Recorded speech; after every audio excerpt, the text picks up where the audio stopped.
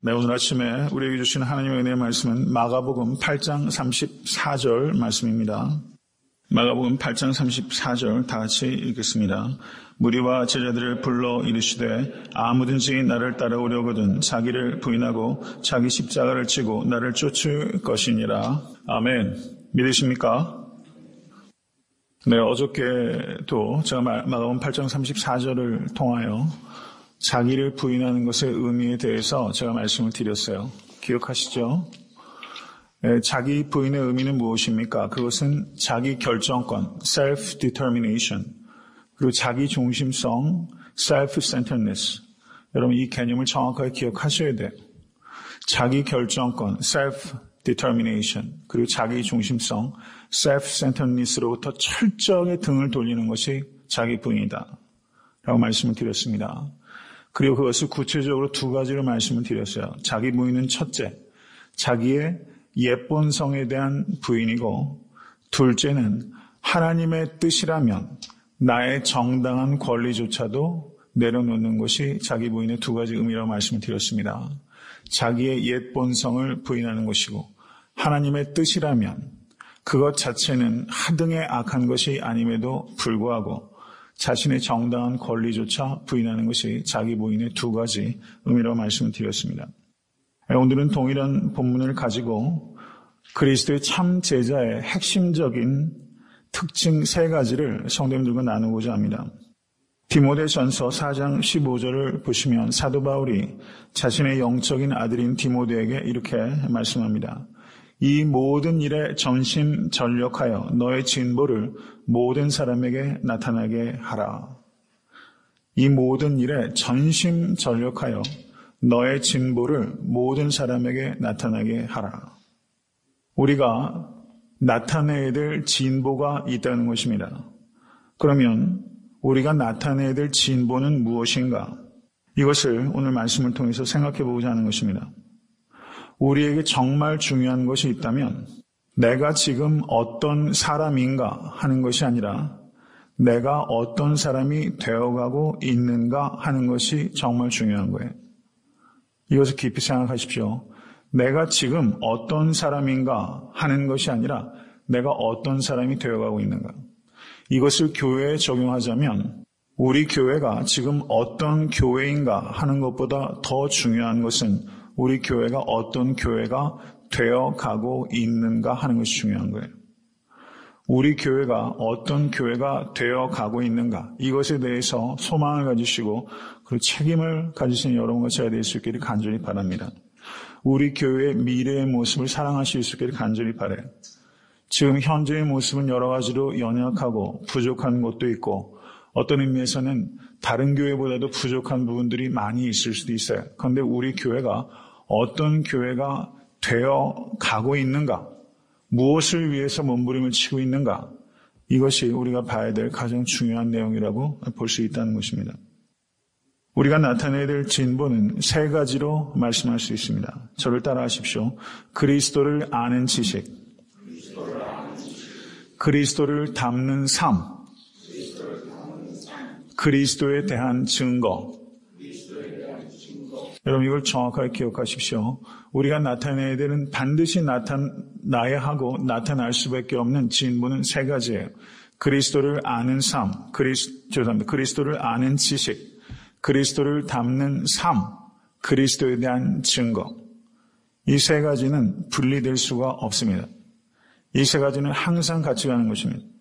그리고 이 세 가지에서 진보를 나타내야 그리스도의 참 제자라고 할 수 있는 것입니다. 그리스도를 아는 지식에 진보가 있으실 수 있게 간절히 축원합니다. 그리스도는 성육신하신 성자 하나님이십니다. 그리스도께서 무엇을 말씀하셨는지, 그리고 그리스도께서 무엇을 하셨는지, 이거는 Jesus saying, 예수님께서 무엇을 말씀하셨는지, 예수님께서 무엇을 하셨는지, Jesus doing, 이 두 가지를 통해서 우리는 Jesus being, 예수님이 누구신지를 우리는 깨닫게 되는 것입니다. 그리고 예수님께서 누구신지를 진심으로 깨닫게 되면 그분께 순종하게 되는 것입니다. 아멘. 그래서 예수 그리스도에 대한 지식은 두 가지로 이해할 수가 있어요. understanding과 obedience. 예수 그리스도에 대한 이해와 예수 그리스도에 대한 순종이 항상 같이 간다는 것을 기억하실 수 있게 되기를 바랍니다. 저는 사실 음악은 참 좋아하는데 음악에 대해서는 문외 아닙니다. 그런데 제가 가끔 인용하는 사람 중에 20세기 가장 위대한 지휘자 가운데 한 사람으로 꼽히는 토스카니니라는 사람입니다. 그런데 이 사람의 별명이 뭐라고 하냐면요. 교통경찰이래요. 교통경찰. 저도 한국에 있을 때 아주 국민학교 때 제가 보이스카우트를 하면서 그 수유동에 세일극장이라는 극장이 있어요. 그 근처에 아시는 분도 있을지 모르겠습니다. 거기에 사거리가 큰데요. 제가 보이스카우트 하면서 한번 거기 위에 올라가지고 이 교통 수신호를 제가 한번 했던 기억이 납니다. 그때 얼마나 당황했는지 교통사고가 안 일어난 게 다행입니다. 예, 제 별명이 아니라 토스카니니의 별명이 교통경찰이었어요. 얼마나 절도 있게 지휘를 했는지 교통경찰이 수신호하는 것과 같이 보였다는 거죠. 엄격했다는 것입니다. 그런데 이 토스카니니가 눈이 안 보여가지고 악보를 잘 볼 수 없을 정도였다는 거예요. 그래서 악보를 통째로 외워서 지휘를 했다는 것이 전설적인 이야기입니다. 특별히 토스카니니가 베토벤을 해석하는 데 있어서는 정평이 나 있다고 합니다. 그런데 이분이 이런 말을 했어요. 아름다움의 극치는 정확함에 있다. 아름다움의 극치는 정확함에 있대요. 깊이 생각해 볼 말이 아닐 수 없어요. 확실히 고수들은 통하는 것 같아요. 어떤 영역에 있든지 간에 고수들은 벌써 언어들이 통해요. 아름다움의 극치는 정확함에 있다. 정확함은 주관이 아니라 객관을 말하는 것입니다. 그 당시에 토스카니니가 활동하던 시대에는 낭만주의 전통의 음악가들이 젖어 있어서 자기의 개성을 지나치게 발휘해서 곡을 해석하고 그리고 음악 속에 지휘자가 투영이 되는 방식으로 지휘를 했다는 거예요. 그러니까 철저한 주관주의가 횡행하고 있었다. 이렇게 볼 수 있는 것입니다. 그런데 토스카니는 그와는 정반대로 시대에 풍조하는 정반대로 작곡자가 원래 표현하고자 했던 것을 연주에 반영하려고 하는 치열한 직역주의자, 리터럴리스트라고 평가되고 가장 강력한 객관주의였다라고 평가되고 있는 지휘자라고 하는 것입니다. 그래서 이 심포니 악장마다 연주자들에게 마지막 땀 한 방울까지 요구하고 극도의 집중력을 가져서 원래 작곡자의 의도를 표현할 수 있도록 닥달을 했다는 거예요. 그래서 리허설 도중에 어떤 연주자가 부적당한 소리를 내거나 뜻대로 되지 않으면 마치 베수비오 화산이 터지는 것 같이 나가버렸다라고 표현할 정도로 원래 작곡자의 의도를 반영하지는 못하는 연주에 대해서 이 사람은 극도의 그런 거부감을 나타냈다는 것입니다. 저는 이 이야기를 신문기사를 통해서 읽으면서 성경 해석하는 데 있어서 우리의 자세가 어때야 되는가를 생각해 보게 되는 것입니다. 아름다움의 극치는 정확함에 있다. 그리고 리터럴리스트, 주관주의가 아니라 객관주의에 따라서 곡을 해석해서 작곡자의 원래 의도를 실현하는 것입니다. 이것은 성경을 해석할 때 그대로 적용되어야 되는 가치입니다. 성경 우리가 읽을 때는 이 성경이 쓰여졌을 때 성경 시대 2000년 전에 쓰여졌을 때 마가라는 성경 기자가 하나님의 영감으로 마가복음을 쓴 것입니다. 믿으세요? 성경은 하나님의 영감으로 사람이 쓴 divine language이면서 동시에 human language입니다. 하나님의 언어이면서 동시에 인간의 언어예요. 2000년 전에 마가가 이것을 하나님의 영감을 따라 쓸 때는 마가의 정확한 오리지널 인텐션이 있어요. 이거를 저자의 의도라고 말합니다.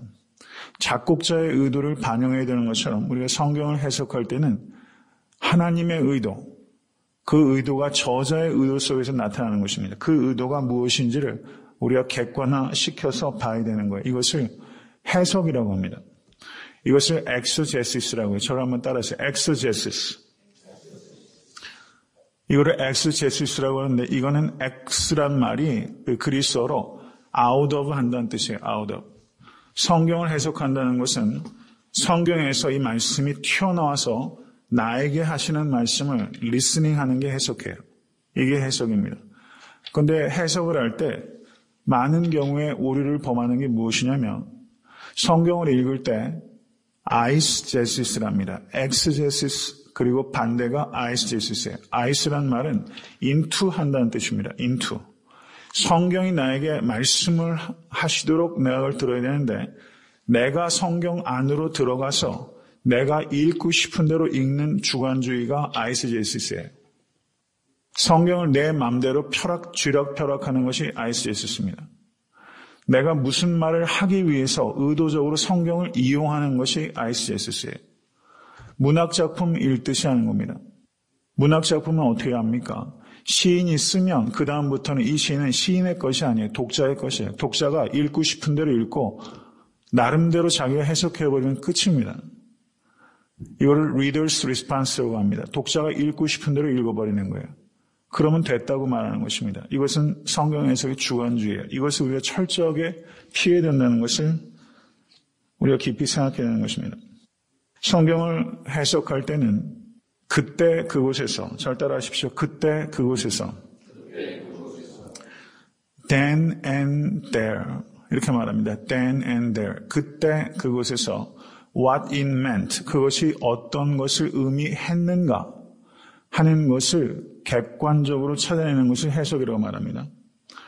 그 다음에 그것을 절 따라하십시오. 지금 이곳에서 here and now 지금 이곳에서 what it means 무엇을 의미하는가 하는 것을 적용이라고 하는 거예요. 그때 그곳에서 무엇을 의미했는가 what it meant 지금 이곳에서 here and now 무엇을 의미하고 있는가 what it means 이 두 가지가 성경을 그리스도를 아는 지식에 있어서 이 두 가지가 반드시 결합되어야만 된다는 것을 기억하실 수 있게 간절히 바랍니다. 그래서 하나님께서 정말 무엇을 말씀하셨는지 그리고 하나님께서 지금 무엇을 말씀하시는지 제가 좋아하는 주석 시리즈 중에요. BST라는 주석 시리즈가 있어요. Bible Speaks Today 이런 뜻입니다. 참 주석 시리즈 이름 잘 붙였어요. Bible Speaks Today 성경은 오늘 말씀하고 계십니다. 믿으세요? 성경은 what it meant 의미했던 것이 있어요. 그리고 지금도 우리에게 의미가 되는 것이 성경의 말씀입니다. 성경 말씀은요. 삼국지가 아니에요. 이 소설이 아닙니다. 그리고 옛날 이야기가 아니에요. 지금 우리에게 말씀하고 계십니다. 해석이 없이 적용만을 하게 되면 성경은 문학책으로 전락하게 되는 것입니다. 해석이 없이 적용만 되면 중구난방이 되는 거예요. 통제가 안 되는 겁니다. 또 하나는 적용이 안 되고 해석만 하면 이거는 신학자들이 하는 일이에요. 이러면 생명이 없어요. 적용으로 이어지지 못하는 해석은 메말라요. 이 두 가지를 항상 우리가 생각해야 되는 것입니다. 반드시 해석과 적용은 두 날개와 같이 반드시 결합되어야 되는 것이고 그럴 때만 성도들의 삶이 날아오를 수 있게 되는 것입니다. 여러분 사탄이 예수님을 시험할 때 말씀을 가지고 시험했다는 것을 아십니까? 두 번째 미혹은 말씀을 인용해서 시험한 거예요. 사탄도 말씀을 알아요. 이것을 우리가 깊이 생각해요. 내가 말씀에 대해서 분별을 키우지 못하면 말씀 때문에 실족하게 되는 거예요. 그 말씀은 잘못된 말씀이에요.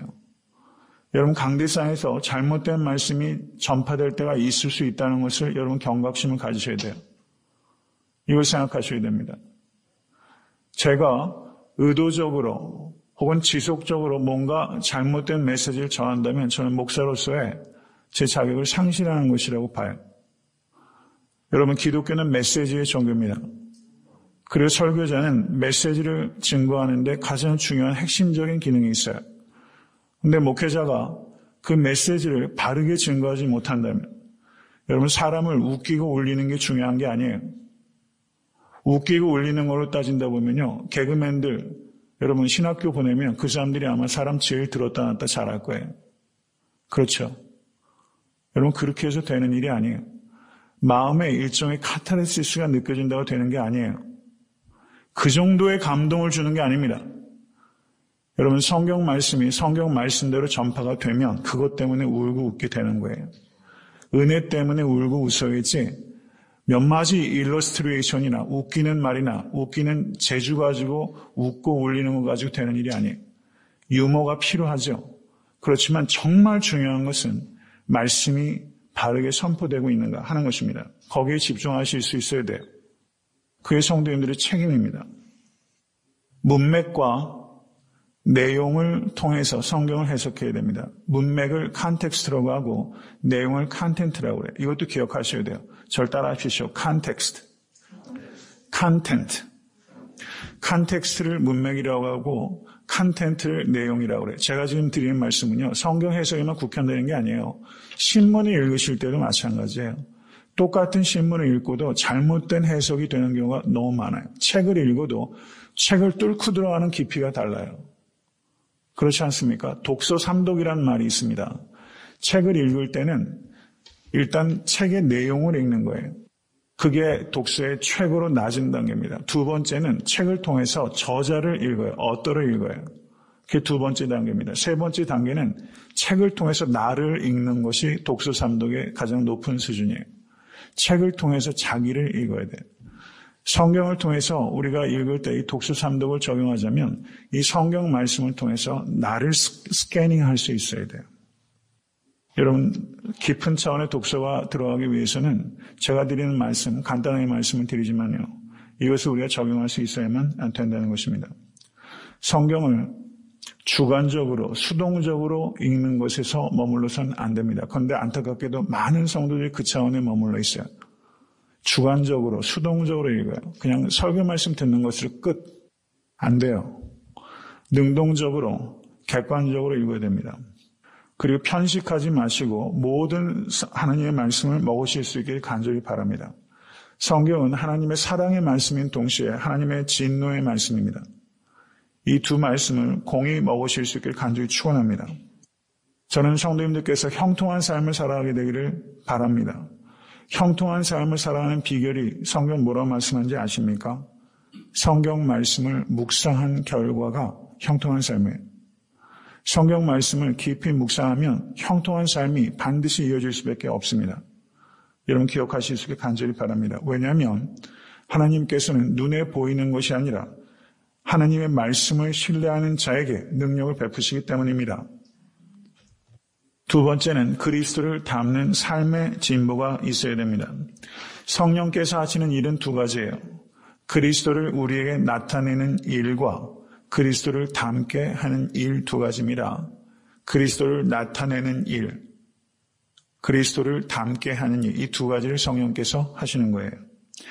베드로전서 1장 2절을 보시면 하나님 아버지의 미리 아심을 따라 성령의 거룩하게 하심으로 순종함과 예수 그리스도의 핏부림을 얻기 위하여 택하심을 입은 자들에게 편지하느니 은혜와 평강이 너희에게 더욱 많을지어다.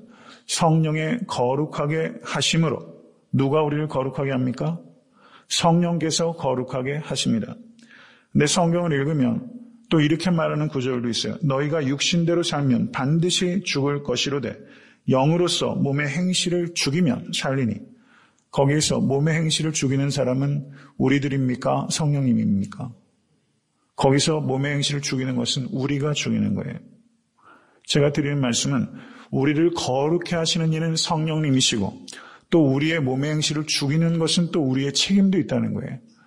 그러면 우리가 그리스도를 닮는 일에 누가 그 일을 하시는가? 성령께서 주도적으로 하시는 일이고 두 번째, 우리가 반드시 참여해야 되는 일이 우리가 그리스도를 닮는 일이라고 말씀하고 있는 거예요. 정의가 되시죠? 우리가 거룩해지는 데는 성령께서 주도적인 역할을 하시고 그리고 내가 반드시 해야 될 책임이 거기 있다. 이것이 성화에 대한 바른 이해입니다. 우리가 하나님의 자녀가 되는 데는 우리가 자녀다운 자격이 있기 때문이 아니었어요. 우리는 우리의 행위 때문이 아니라 하나님의 사랑 때문에 구원받은 사람들입니다. 믿으십니까? 그런데 하나님의 사랑 때문에 내가 하나님의 자녀가 됐다는 것을 정말 깨닫는 사람은 하나님의 자녀답게 살아갈 수밖에 없습니다. 여러분 육신의 자녀도 부모를 어딘가는 닮아요. 발가락이라도 닮아요. 누구의 소설처럼 발가락이라도 닮아요. 희한하게 닮아요. DNA가 전 세상에서 이 DNA 힘을 믿는 사람입니다. 정말 닮아요. 어떻게 하나님의 자녀가 하나님을 닮지 않을 수 있겠습니까? 하나님의 자녀라고 말하면서 하나님을 전혀 닮지 않았다는 것은 그 사람이 하나님의 자녀가 아니라는 증거입니다. 그럴 수가 없어요. 우리가 그리스도의 하나님의 자녀가 됐다는 것은 perfect life가 아니라 transformed life가 우리 가운데 나타나는 것입니다. 그리스도의 하나님의 자녀라고 해도 우리의 삶은 완벽하지 않아요. 그렇지만 변화된 삶이 나타납니다. 믿으십니까? 어저께 한 성도님께서 그런 이야기를 하시더라고요. 말씀을 여러분 우리가 먹을 것을 바꾸면요 체질이 변해요. 그렇죠? 말씀을 먹으면요 체질이 변해요. 삶의 체질이 변해요. 그렇게 안 된다고 말하면 그거 억지예요. 음식에 따라 체질이 변합니다. 무슨 체질, 팔 체질 이런 것도 있고 그렇잖아요. 반드시 변해요. 말씀을 먹으면 변화되는 것도 기적인데 어제 그런 말씀 하시더라고요. 말씀을 먹는데 안 변하는 것도 기적이다. 참 안 변하는 것도 기적이에요. 그 말 참 좋은 말이에요. 네, 그렇죠. 변하는 거 기적입니다. 그런데 안 변하는 것도 기적이에요. 정말 안 변하는 거 기적입니다. 나쁜 기적이에요. 그것은 사실은 말씀을 먹은 적이 없는 거예요. 피상적으로만 한 거예요. 여러분, 변화받으실 수 있기를 간절히 축원합니다. 우리가 변화된 삶을 살아가는 것은 천국에 들어가기 위해서가 아닙니다. 경청하십시오. 천국에 들어갈 것이기 때문입니다. 우리는 천국에 들어가기 위해서 거룩한 삶을 사는 게 아니에요. 천국에 들어갈 것이기 때문에 거룩한 삶을 사는 것입니다. 믿으세요? 천국에 들어가기 위해서 거룩한 삶을 살면 이건 율법주의고 유대교로 회귀하는 거예요. 은혜의 종교입니다. 우린 천국에 들어갈 것이기 때문에 거룩한 삶을 살 수밖에 없어요. 믿으십니까? 여러분 이 세상에서 삶의 목적이 무엇입니까? 이민 땅에 오셔서 여러분 경제적인 풍요를 누리고 아메리칸 드림을 이루고 자녀들 잘 가르치고 그런 일들이 중요한 일임에 틀림이 없지만 그것을 인생의 목적으로 삼는다는 것은 참 깝깝한 노릇이에요. 여러분 인생의 목적은 그리스도를 닮는 것입니다. 그리스도를 닮는 것을 삶의 목적으로 삼으세요. 자녀들을 교육할 때도 그게 자녀 교육의 핵심입니다. 그리스도를 닮도록 키우는 것입니다. 그리고 인생의 최고의 행복은 어디에 있는가? 어디에 있겠어요? 그리스도를 닮는 데 있는 거예요.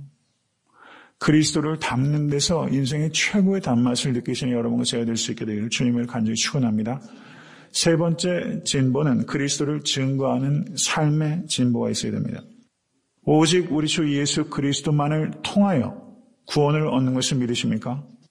정말 그것을 믿어요. 오직 그리스도를 통하여만 구원이 임하고 그 복된 소식이 우리를 통하여서 세상에 알리시는 것이 하나님의 계획입니다. 믿으십니까? 복음을 증거하는 자가 없이 어떻게 복음을 들을 수 있겠습니까? 하나님께서는 여러분 민방위 훈련하게 되면 마을에 그냥 스피커를 통해서 웽 하고 나가는 것처럼 천국에 스피커 틀어가지고 예수님을 믿으라 이런 게 아니잖아요. 우리들 한 사람 한 사람을 통해서 복음을 증거하는 방식으로만 복음은 증거가 되는 것입니다. 이것이 하나님의 방법이에요. 오직 예수 그리스도만 통하여 구원을 얻고 그 소식이 우리를 통하여서만 증거되도록 하는 것이 하나님의 위임이고 계획이라면 우리가 이 복음을 증거하지 않는 것은 심각한 죄입니다. 이거는 자기 모순이에요. 만약에 우리가 복음을 믿음에도 불구하고 복음을 증거하는 삶으로 나타나지 않는다면 이것은 심각한 문제가 있다는 것을 나타내는 겁니다. 복음 증거는 선택사항이 아니라 필수사항입니다. 복음을 증거하는 것이 나는 은사가 없어서 이거는 성경을 전혀 이해하지 못한 거예요. 그건 복음 증거는 은사가 아니라 의무입니다. 여러분 성도는 유람객이 아니라 업으로 불림을 받았고 교회는 유람선이 아니라 어선입니다. 믿으세요? 교회를 유람선이라고 착각하는 사람이 있어요. 일주일에 한 번 교회에 여러분 여행 온다고 생각하시는 분들이 있어요. 그거 아니에요. 교회는 어선이에요. 거친 바다와 싸우는 것입니다. 영혼을 구령하기 위해서 깊은 바다로 나가는 어선이에요. 여러분 교회의 삶을 정확하게 우리가 이해하시길 간절히 바랍니다. 전도는 예수님을 믿게 하는 것이 아니라 예수님을 전하는 것입니다. 이것을 우리가 깊이 생각하십시오. 말씀은 맺습니다. 교회가 교회 바깥에 있는 사람에게 호감을 줄 수 있어야 됩니다. 칭찬을 받아야 됩니다. 그러면 교회가 교회 바깥에 있는 사람에게 호감을 주기 위해서 세상과 비슷해져야 된다고 말하는 사람이 있어요. 그렇지 않습니다. 교회가 호감을 주기 위해서는 세상과 구별되어야 됩니다. 이것을 우리가 정확하게 이해해야 돼요. 세상과 구별되기 위해서는 두 가지가 나타나야 됩니다. 사랑과 거룩의 능력입니다. 우리가 복음을 증거하기 위해서는 이 두 가지가 반드시 회복되어야 되는 것입니다. 여러분, 인생의 보람은 어디에서 찾을 수 있겠습니까? 영혼을 구령하는데 인생의 참된 보람이 있는 것입니다. 여러분, 벌써 8월 달이에요. 한 해가 이제 벌써 끝을 향해서 치닫기 시작했어요. 여러분, 올 한 해 한 사람에게도 복음을 증거하지 못했다면 여러분, 이건 심각한 모순이에요. 나머지 몇 달 동안이라도 복음을 증거하시는 여러분과 제가 될 수 있게 간절히 바랍니다. 그리스도를 아는 일과 그리스도를 닮는 일과 그리스도를 증거하는 일에 마지막까지 진보를 나타내시는 여러분과 제가 될 수 있게 되기를 주님의 이름 간절히 축원합니다.